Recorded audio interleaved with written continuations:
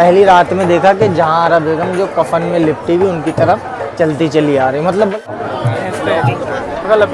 Crowd है ना बहुत ज़्यादा है, भीड़ बहुत है। और इतिहास गवाह है कि इन्हें जेल से निकाल कर और फिर बादशाह बनाया गया। तो ये है मोहम्मद शाह रंगीला की कब्र। और कहा जाता है जब ये बादशाह नहीं थे तो इनका नाम जो था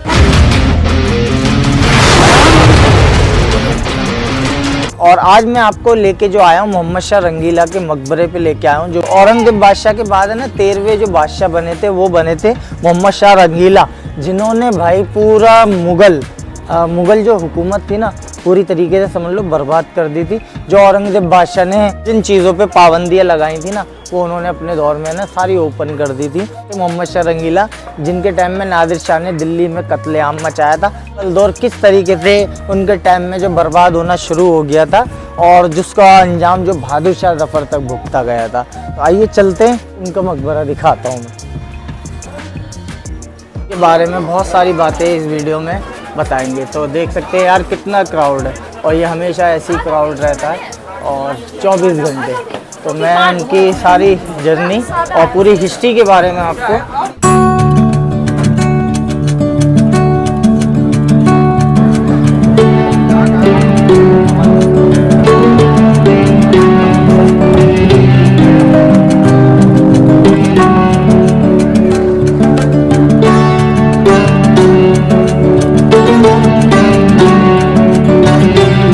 इसी के अंदर है मोहम्मद शाह रंगीला की कब्र है। और आइए हम है ना उनकी कब्र दिखाता हूँ, फिर उनके बारे में आपको उनके इतिहास के बारे में बताता हूँ। क्राउड है ना बहुत ज़्यादा है, भीड़ बहुत है। आइए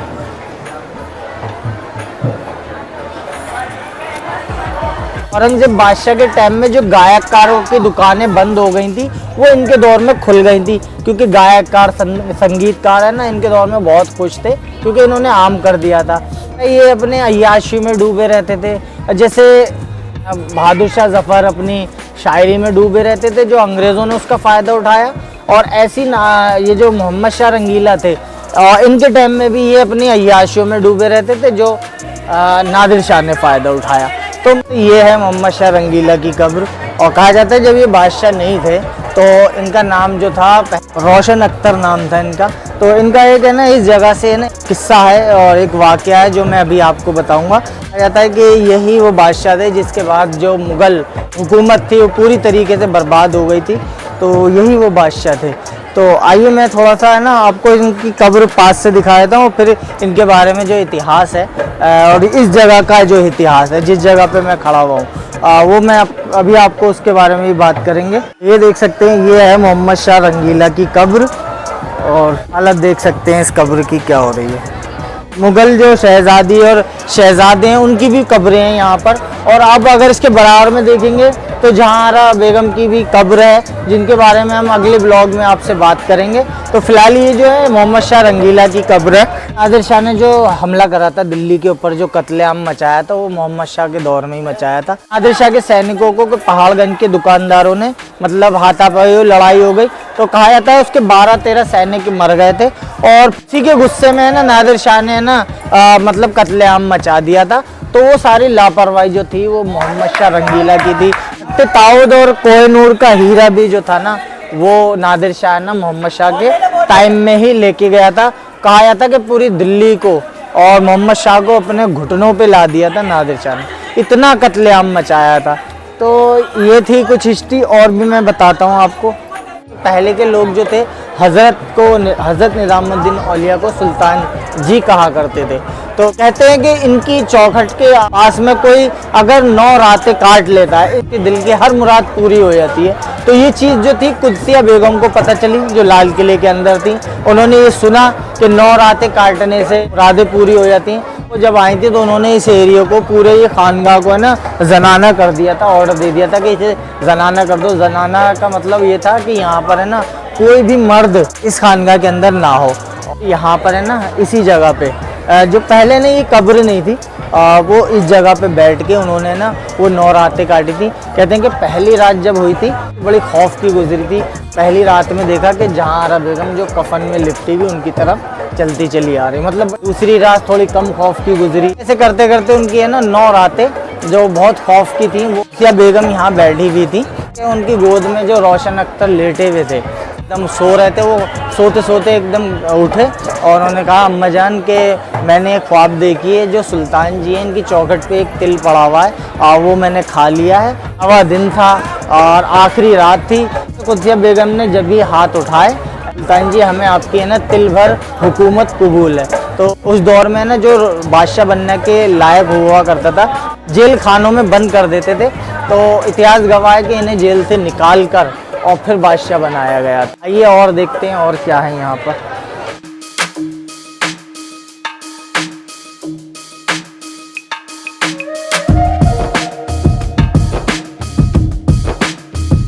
था कि अलाउद्दीन खिलजी ने इस मस्जिद को बनवाया था, जो खानगाह के अंदर ही थी। तो अभी मैं आपको इस मस्जिद के अंदर से आपको दिखाता हूँ। आप देख सकते हैं ये मस्जिद और पूरी रेड, पूरी मतलब इसमें दूसरा कलर लगाया ही नहीं गया और पूरी ये देखिए लाल पत्थर से पूरी बनी हुई है। और यहाँ पे जो आयतें लिखी हुई हैं आप देख सकते हैं। और कहते हैं ये जो आप देख रहे हैं ये कहते हैं कि चांदी का ये का कटोरा है ये, जिसे आप देख रहे हैं। और ये आप पूरी मस्जिद अंदर से देख सकते हैं, यहाँ पे नमाज़ पढ़ रहे हैं लोग। और ये पूरी, और यही मस्जिद है जो अलाउद्दीन खिलजी ने खानगाह के अंदर बनवाई थी।